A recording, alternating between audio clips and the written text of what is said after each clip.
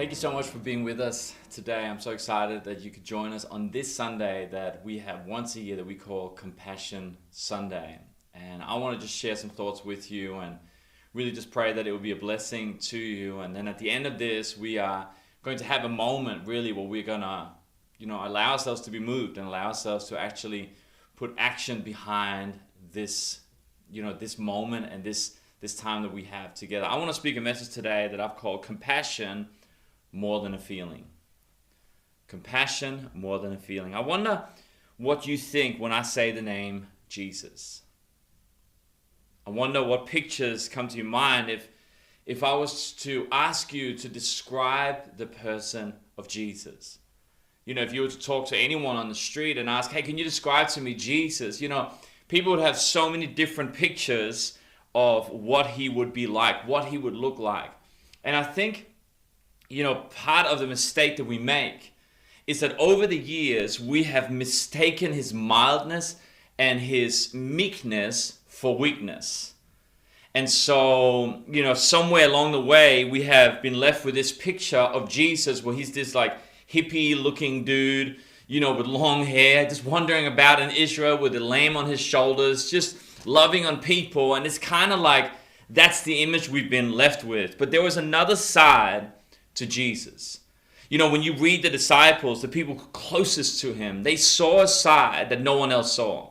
When you read Matthew, Mark, Luke, and John, when you look at Peter's story and all these people around, they saw something that was unfiltered. They saw Jesus just as he was.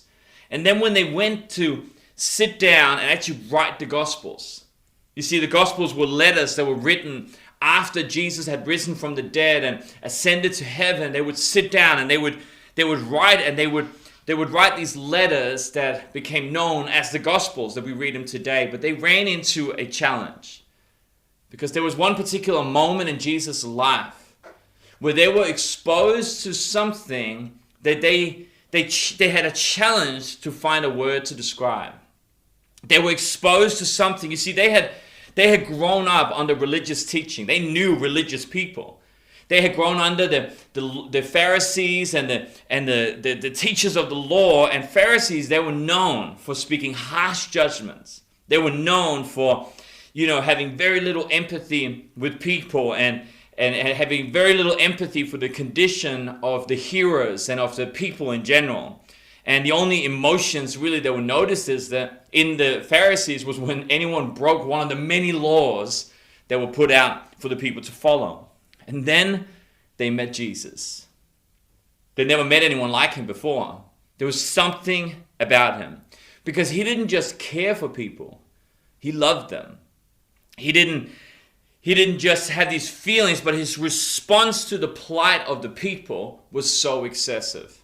The famous preacher Charles Spurgeon, it is said that when he would preach with such emotion that often his services and meetings would be delayed for minutes, even for up to half an hour, because he would be weeping on the pulpit. He was so moved with the plight of people that it is said that those closest to Charles Spurgeon often would sit in a sermon and fear for his life because he was so overcome with emotions. And I think when you read this passage that we're about to point out, I think actually this is the closest thing that we get to a modern day picture of what the disciples they saw in Jesus. Never out of control, but moved by love. You see, the disciples, they found themselves time and time again in situations that cultural and social and religious laws they forbid, but they were driven by love. Whether it was speaking with the Samaritan woman in Samaria at the well, or whether it was prioritizing the children above the adults, or whether it was eating and drinking with the social outcasts and the sinners, or embracing the lepers. Again and again, Jesus, he stepped across any boundaries that might have been set by people around him. Sometimes Jesus would only just need to look at the crowd and be so overwhelmed that he would display such strong emotions that the disciples, they didn't know how to describe it. In Matthew chapter 9, we hear one of these moments where he's looking over at the people, and then we translate the verses. He was moved with compassion. That's what we get in our Bible today. That Jesus, he was moved with compassion. You see, this word compassion was not taken from anywhere else. It wasn't a word that was used in Greek literature or anywhere else at the time. The disciples, they had to make it up. You see, there was something that was happening in Jesus that there was no word strong enough to explain it. I mean, you can imagine, Matthew, Mark, Luke, John, you can imagine them sitting around and talking, as they were writing the Gospels. You can imagine Mark, calling Peter, hey, bro, do you remember that day? SMSing Matthew, saying, Matthew, do you remember that day? And they would have known exactly what day he was talking about. Do you remember that day when Jesus was standing and he was looking at the crowd and like Matthew would have been on the other end of the line going, yeah, what was that? They would have been walking down from the mountain that day going, dude, what just happened? They would have seen something in Jesus. It wasn't just, he was feeling something. It was like, what? Like, how do we describe this? How do we tell about this day? And they looked for words that could describe it, but there was no words.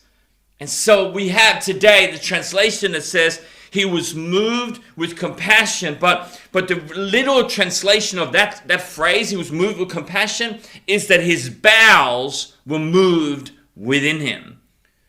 The disciples would have seen such an expression of emotion.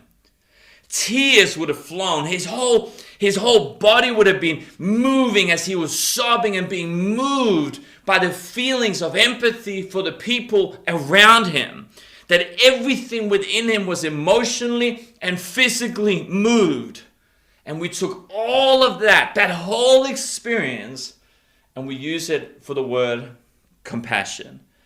But man, it was way more than just a feeling. You see, a feeling touches you. A conviction, it moves you. See, sympathy, it touches you. But compassion, it moves you. In 1994, a photographer named Kevin Carter, he traveled to Sudan. And he was going to document the famine that was ravaging the country at the time. It was his first time that he was exposed to a situation like that. And just before they flew out, they just had a few minutes left on the ground before the helicopter was going to take off with the photographers and the journalists. And they were at a feeding center where basically the people in the area were walking, crawling, just making their way there to get fed. And Kevin Carter, he took a photo that since has become famous. I'm sure you've seen it at some point in your life, but he quickly snapped this picture of a young girl that is just crawling and trying to make her way to the feeding center while there's a vulture behind her just waiting for her to give up. Kevin Carter was touched by this sight and he took the picture. And the one question that kept coming up afterwards was, what happened to the girl? What happened next? See, Kevin Carter, he didn't have an answer for that. You see, he didn't know. That wasn't his job. He was there to take pictures. Sympathy moved him. That question and that scenario, it haunted him. And, because it's not just about what you know, but what will you do with what you know? Kevin Carter, he won an international prize for that photo. And 3 months after winning that prize, he sadly committed suicide. You see, we can be moved, but it has to be more than that. Compassion has to be more than just a feeling. We all get touched by situations around the world. We all get touched by situations around in our country. But most of us, can we be honest, we just flick to the next station.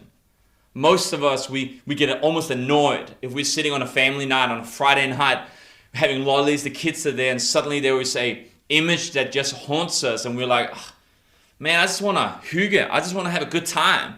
I don't want to have to spend time to explain to my children what it's like in other parts of the world. I don't want to sit here in my excess and sit and be bothered.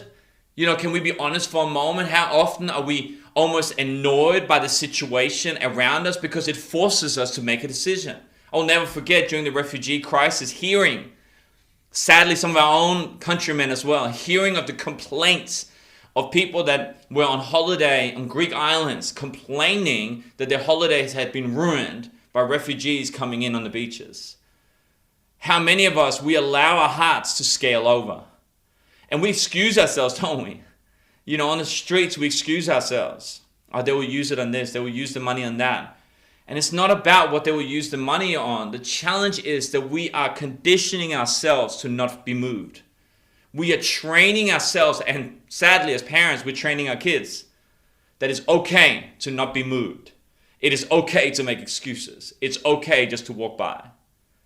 And can I just beg us today to allow ourselves to be moved? Allow ourselves to be moved by what is going on.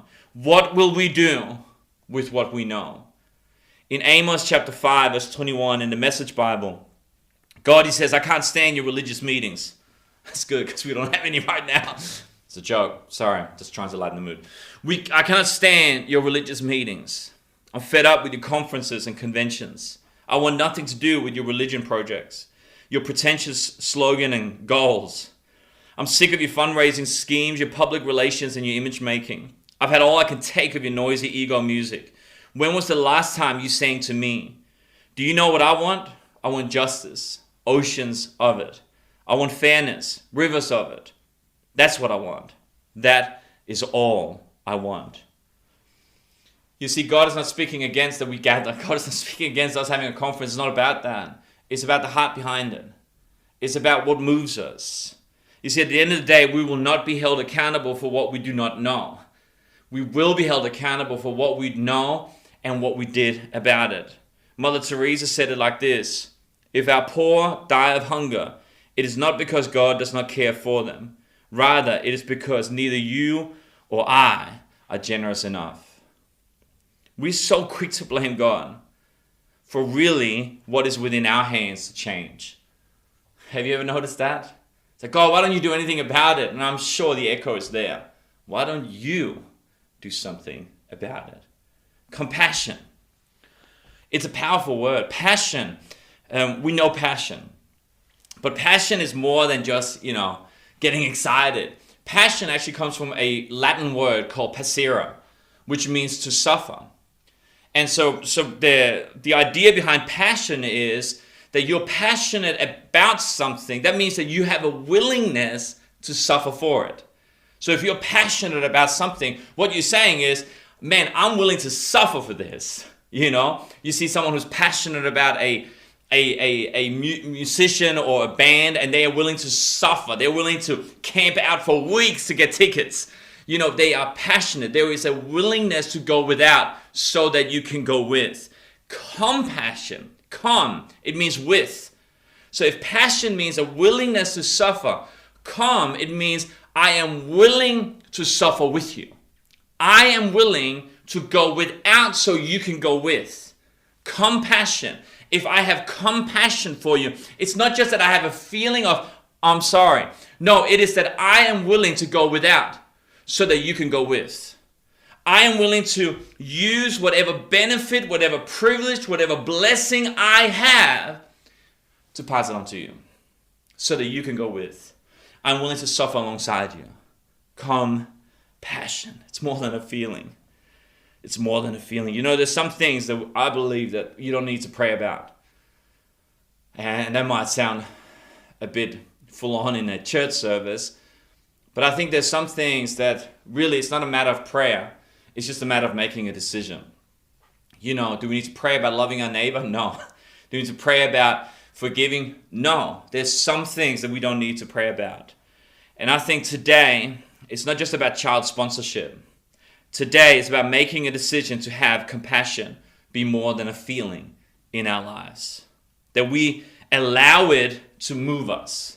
Move us to reach out to a friend in need. Move us to reach out to a lonely neighbor. Move us to reach out to the hurting child. In Proverbs 3:27, it says, do not withhold good from those to whom it is due, when it is in your power to act. Do not say to your neighbor, come back tomorrow and I'll give it to you then, when you already have it within you now.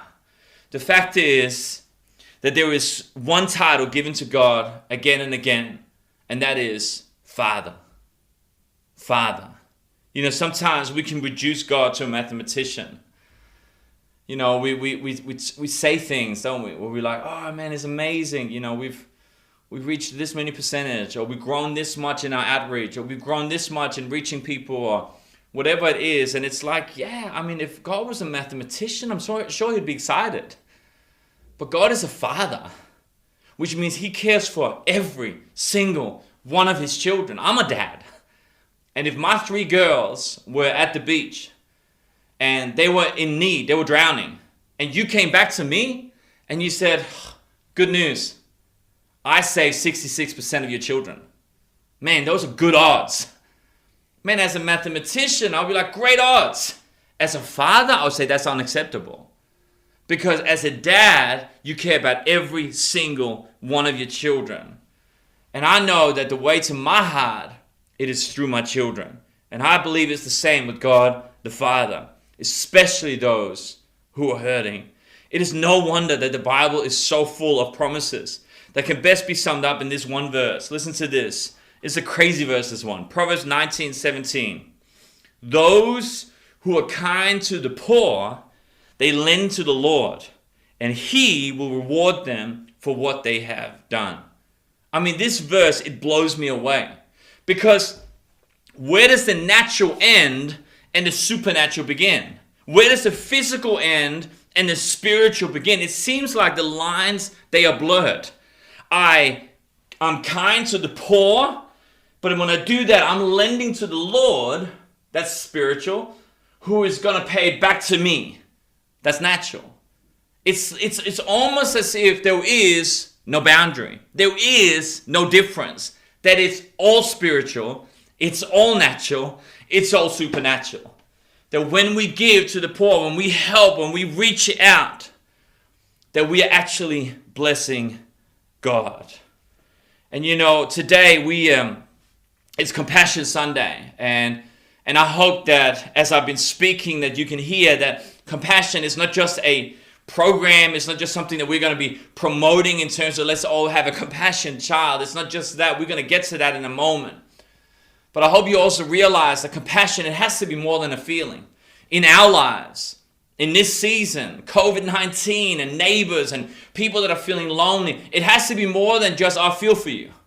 It has to be more than I'm sorry you're going through this. It has to be more than you lost your business. Oh, I'm sorry to hear that. And then just being on our way. But actually asking ourselves, what does it mean for me to say that I have compassion on my neighbor? What does it mean for us as a church? What does it mean for me as an individual, as a family, as a dad, as a brother, as a whatever you are? What does it mean to have compassion? What are you willing to go without so that you can show the love of Christ to a neighbor, to a person in your world? But when that's been said, today is Compassion Sunday, and I am unashamed about it, and I'm passionate about it. And Kat has told her story earlier in this service, and I have myself my own story of visiting and seeing compassion firsthand. But we have a little video that we want to show you, put together for our church, and some of you are in it as well here in Denmark and Malmö. But we want to just give you just a little glimpse into what compassion is and what it's about, and then I'll return and we're going to continue the service. Have a look at this.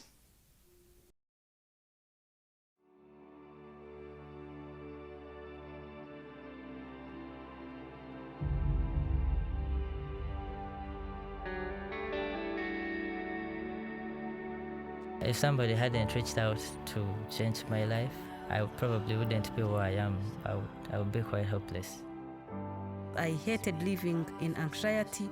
I hated living in the slum setting. I hated living without hope. It's not extraordinary people that pushed me, but because they did their part, they changed a life. It is a painful story. Alcohol, domestic violence. I was angry at myself, asking questions like, why was I born in such a family? I was a young girl with no hope, and someone gave an opportunity to me to see that I become someone. Each of the people that you just heard from was sponsored by Compassion as a child. All of them say that their success today is a direct result of being sponsored. Having a sponsor like you and being known and loved and protected by a local church has given them a hope of a future that they never dreamt was possible. If we ever needed convincing Compassion works and that sponsoring a child is worth it, well, you've just heard some fantastic stories. They all speak of lives being affected by violence, hunger, anxiety, neglect, and living without hope. The experiences of these people shows us that poverty literally blights children's lives. But it also proves that faith, hope, and love can turn things around.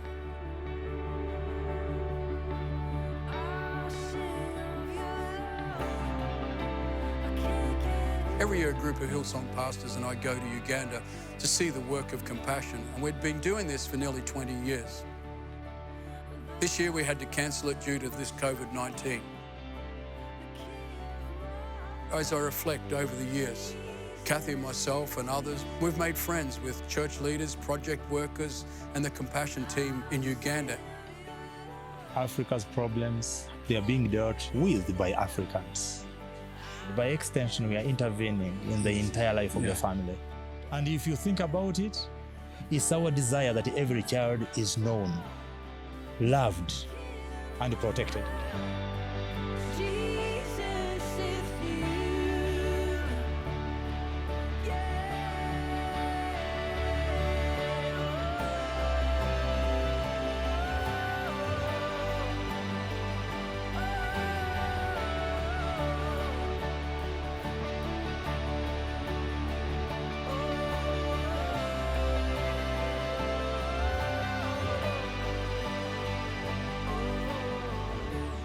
During each of these visits, we meet children and families who, because of the local church and its commitment to serving the local community, have found a hope and the ability to imagine a future without poverty.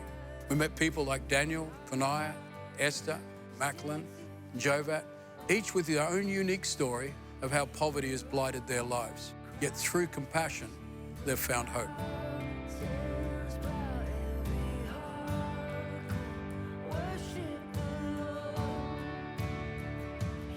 Some people have said that COVID-19 has put us all in the same boat. We've all been affected by the same virus. We've all been affected by the measures to contain it. But the reality is we've all been impacted very differently. It's magnified the inequality in the world in which we live. A crisis like COVID-19 disproportionately impacts and affects the poor. COVID-19 has also been to us a reminder of how connected the world we live in is.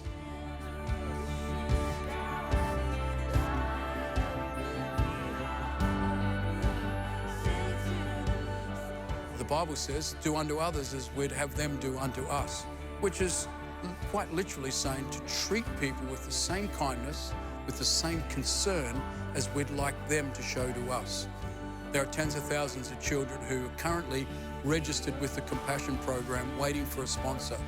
Thousands of children in anticipation, registered, ready for people like you to sponsor. We alone, we can't end poverty, we can't solve all the problems, but as one, we can all be a part of the solution. Sponsoring a child is a way for each of us to tackle the hopelessness that poverty brings head on. And we at Hillsong Church have seen tens of thousands of children released from poverty. And today I really want to encourage you, step out, take the risk, trust God and say, you know what, I'm going to release them from poverty in Jesus' name.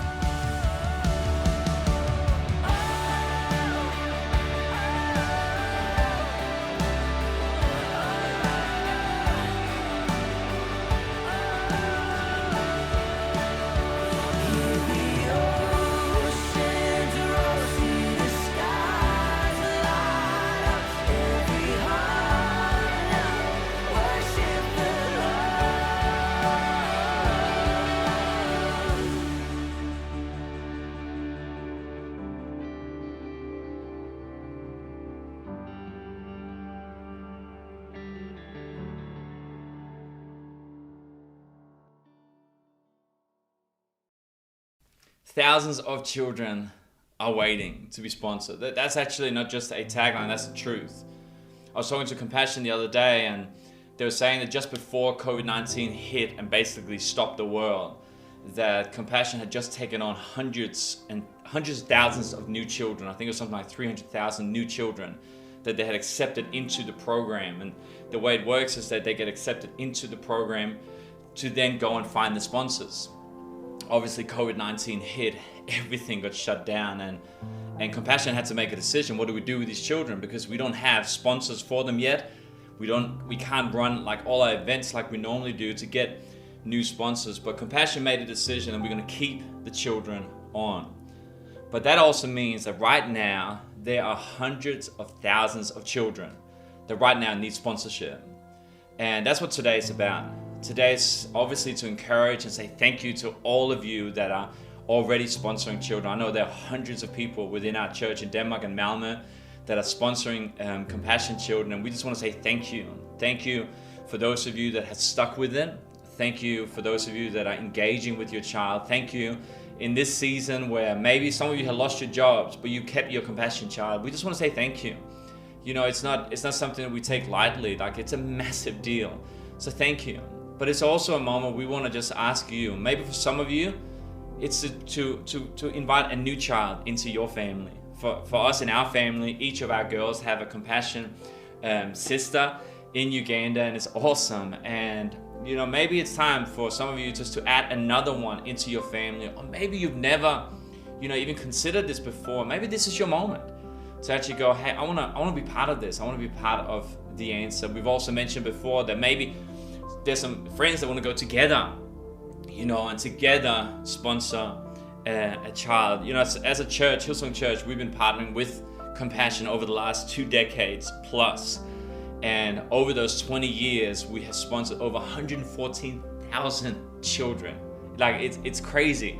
And it's so proud of being part of our church. And really the way it started is that within Uganda, is that we would sponsor children from the same family, the same region, the same village. And slowly, as all the children were sponsored that were, available in that area, in that village, we would go to the next village and next village until the whole region was sponsored, and then move to the next region and the next region, just with that idea of imagine if we continue doing that, then as a church, as Christians, we could see a whole generation of young men and women actually come through and get through to university and start to lead their country. I've had the privilege of being in Uganda and fly into one end of Uganda and see the work that's been there for 20 years, and then fly in a very little plane to the other side of Uganda and see something that's only a few days old. And to see the difference between something that is just about to get started and something that's been there for 20 years with computers and a whole bunch of stuff, it's amazing. And the health and the blessing those projects are to the local area is just incredible. For us, the reason that for us we are part of Compassion, I want to just mention a few things. First of all, it's child focused, and I've heard people before said to me, yeah, but there's other sponsorship programs that are cheaper, and can't we do that? But this is where it's a little bit different with Compassion. You see, Compassion does a very incredible thing, and that is it lines up the sponsor with the child. So you're not just giving an amount in mass and then hopefully it gets somewhere. Of course, there's a lot of organizations that do that, and it's great. But what Compassion does is that it's child focused, which means you have a specific child that you get to know.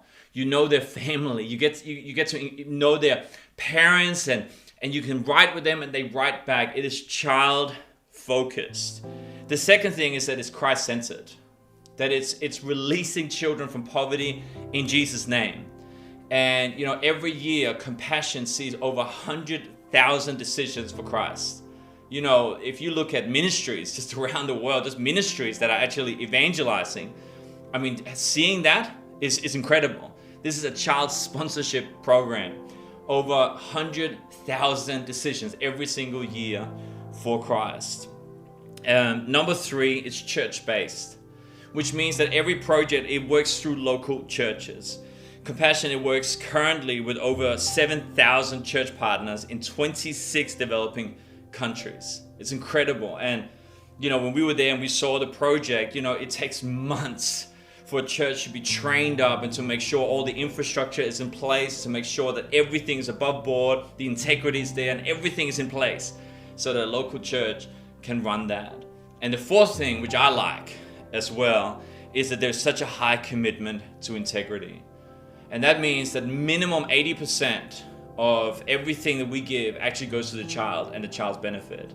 Doesn't get caught up in administration, doesn't get caught up in a whole bunch of middle layers. It actually goes to the child. So I think there's so many things, and I know I'm talking very practical right now, but that's also because, as I mentioned before, there's some things we don't need to pray about. We don't need to pray about being compassionate. We don't need to pray about being a blessing to children. What we need to now is just use our brain and go, okay, is this good soil? Yes. Have they proven track record? Yes. Okay, well now the question is, why not? What is it in my budget? Is there room in my budget? It's 260 Danish kroner a month, which works out to about 9 kroner a day.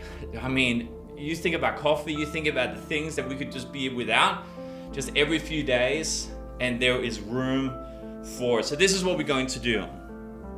We're gonna, in a moment, just have an item. We're gonna have a moment together, and that's just to give us time to actually action this. Maybe you're sitting with your spouse, maybe you're sitting with your family, and you already have a compassion child, or you don't, but you're like, hey, should we do this?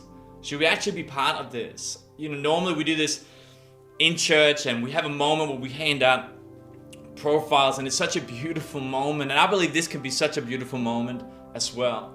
And what we're going to ask you to do is just to grab your phone and then just text this number that's going to be on the screen. It's a Danish number, so +45 if you're in Sweden or anywhere else in the world. +45 4227 1888. It's right there on the screen. Just text that number and just write your name and your email. And what will happen is that you're not committing by doing that, but what you're doing is that you are saying to Compassion, hey, can you contact me? I want to be part of this. And they're going to contact you over the next short while, and just so we can get all the details in place for you to be part of Compassion and to sponsor a child. And what's amazing is that if we do it here together as a church, we are in the same region, we're in the same area of Uganda, that we are in the same, families, neighbors, and we're doing this together. I remember when Gary Clark from Hillsong London, he talked about this. He said, if you develop an individual child, you will impact a family. Enough impact of families will then impact local communities, which can eventually impact the entire nation. There are 1.6 million sponsored children around the world, and I believe we can add another one in our families. So why don't we just take a moment now, and I want to ask you, please don't go anywhere, and please don't count yourself out. Consider just yourself right now. How can I be part of the answer? Text the number that is still on the screen, just your name and your email. And come on, church. Let's be part of the answer. Thank you.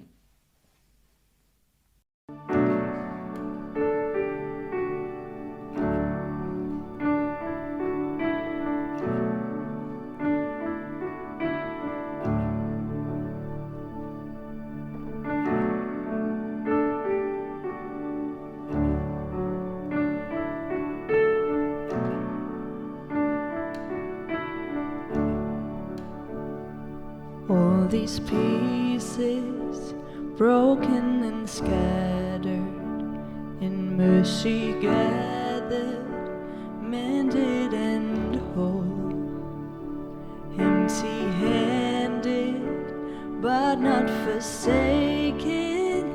I've been set free, I've been set free. Oh, amazing grace, how sweet the sound that saved a wretch like me. Oh, I once was lost, but now I am found. Was blind, but now I see. I can see you now. I can see the love in your eyes. Lay yourself down.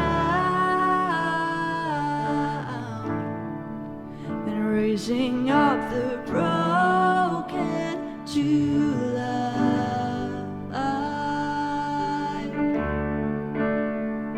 Jesus, you are good and you are worthy of our praise.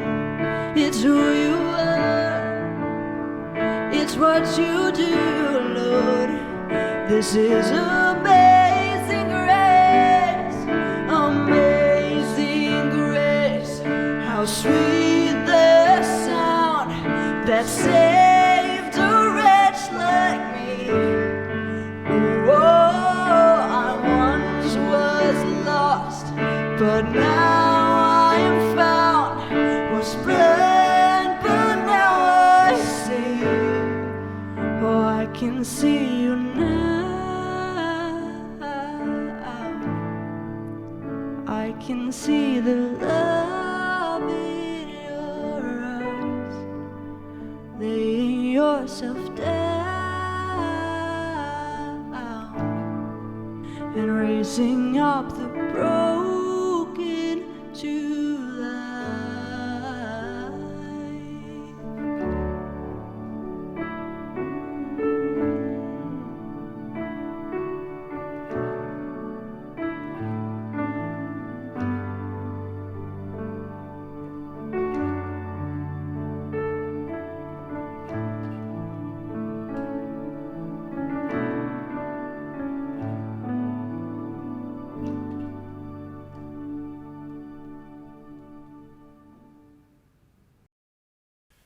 Let me just once again just say thank you. Thank you for those of you that at least just considered this moment. And obviously there's no time limit on this. At any time you can contact Compassion and you can be part of this moment. And hey, when the world opens, definitely you should be looking into organizing a Compassion tour. We can go down and actually visit the children that we sponsor and see some of the projects. So thank you for those of you that have started sponsoring a child today.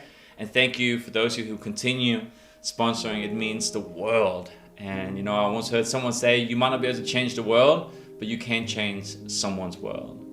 Before we finish, I want to just take a moment and just pray for those of you that, even while you've been listening to this, you're like, why would a whole bunch of strangers, in Denmark and Malmö, why would these people even be bothered? You're in the middle of a corona season, in the middle of COVID-19, in the middle of a pandemic, be looking for things to spend their finances on. What is it that drives these people? The truth is this, that we love because we've first been loved. We have encountered such a love in Jesus that we have been transformed, and that now we are looking for ways to actually express this love that we have received. But it all begins with the encounter we have had. And when we're talking about Jesus having a sense of compassion, more than a feeling, him being moved, he wasn't moved by a whole bunch of political stuff. He wasn't moved by a whole bunch of socioeconomic stuff. No, he was moved by people. He was moved by people like you and me. And when God, he sees you in your situation, whatever it might be, maybe on the outside everything's looking good, but when he sees the condition of your soul, God is not just sitting in heaven, just apathetic and, just distant and dormant, and it's not, and just completely disinterested in you. He's moved and he wants to do something. He wants to come alongside. He wants to help you. Like we said before, he's a father. He's a good father. And he wants to reach down and see how he can help you. And this relationship with God the Father, it comes through Jesus. And I'd love to pray for anyone today that you've never made this decision. You've never connected your life with Jesus. You've never just said, hey, I want to just say sorry for all the wrong stuff I've done, and I want to turn around. The Bible talks about repenting, which literally just means to change your mind. I want to change my mind about Jesus. I want to change my mind about how I see things. And I want to start living in the light of Jesus. So I want to just pray for anyone here today that wherever you're sitting, wherever you're listening to this, that if you say, hey, Thomas, I've never connected my life with Jesus, or maybe I once did, but for whatever reason I've walked away, and today I want to make that decision, I would love to pray for you. So I'm going to say a prayer right now, and I want to ask everyone to repeat it, but especially those of you who say, this is me. For the first time, or today I'm coming back to Jesus. just repeat this prayer after me. And if you can, if it's safe to do so, why don't you close your eyes and just pray after me. Just say, Dear Jesus, I'm sorry for my mistakes and my sin. But today, I choose you. I make you my Lord and Savior. And from today, I am forgiven. I'm a follower of Jesus. And I am free. In the name of Jesus. Amen. Amen.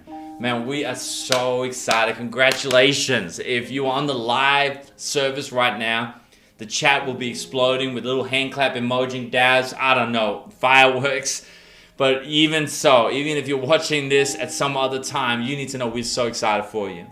And we get excited for you because we know the potential of this decision. We know what it's meant for us, and we know what it has the potential to mean for you. I say potential because one thing is to make a decision in which direction you want to walk. It's a whole other thing to actually start walking it out. And we want to just encourage you, you've made a right decision. You're pointing in the right direction now. Now it's time to walk it out. And we'd love to come alongside you and help you walk it out. We all need travel partners in life. No one is created to do life on their own. Man, if COVID has shown us anything, it's that those things that we've taken for granted for so long, man, are just so valuable for our mental, our spiritual, our physical health. Just, community. So we'd love to come alongside you. So on the screen, there's an email next@hillsong.dk.